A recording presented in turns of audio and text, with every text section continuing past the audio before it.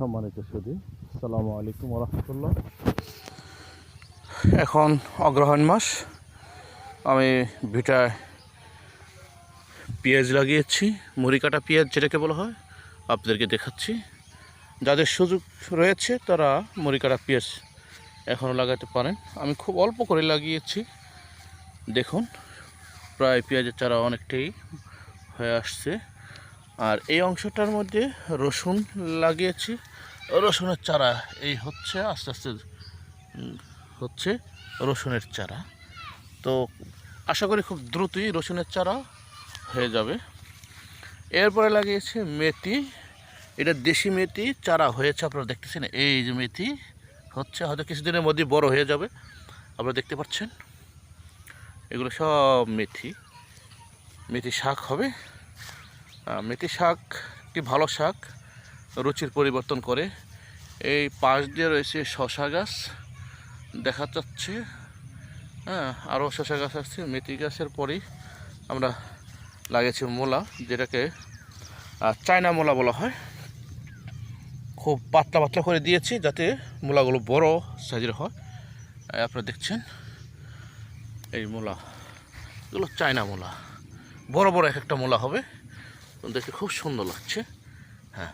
এই এরপরে দেখেন, এরপরে আসছে আমাদের, এটা হলো মূলা শাক।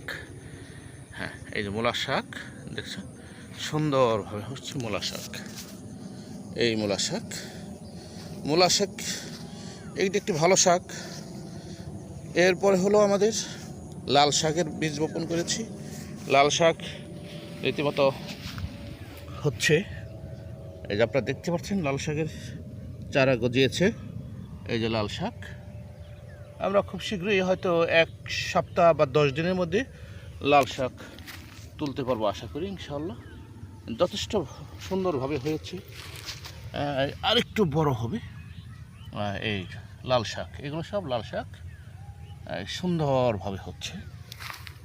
সার ছাড়া সবজি এখানে লাগিয়েছে বাইন মরিচের চারা, এখনও কিছু কিছু মরিচের চারা হয়েছে, এই যে মাত্র গজাচ্ছে চারা, মরিচের চারা খুব শীঘ্রই হয়তো হয়ে যাবে। কিছু সরষে শাকও আছে, সরষে শাকটা যেহেতু সিজনাল, খুব তাড়াতাড়ি হয়ে যাবে, উঠে ফেলবো, তারপরে মরিচের চারাগুলো ইনশাল্লাহ হবে। তো সবাইকে দেখলাম, সবাই ভালো থাকবেন। এখানে আমি আরও কিছু লাগিয়েছি, অন্য ভিডিওতে আবার দেখাবো ইনশাল্লাহ। আজকে দেখাবো কমপক্ষে 4 থেকে 5টা এই করলা লাগিয়েছি। এখানে 2টা করে এক একটা থলে না 4টে থল রয়েছে, অর্থাৎ 8টা গাছ রয়েছে। তো সবাইকে ধন্যবাদ। এক নজরে আবার দেখুন সুন্দরভাবে মরিচের চারা, মূলা শাক, লাল শাক, পেঁয়াজ, রসুন, এমনকি গোলালও লাগিয়েছি, আপনারা দেখবেন। তো সবাইকে ধন্যবাদ, ভালো থাকুন। আসসালামু আলাইকুম ওয়া রাহমাতুল্লাহ।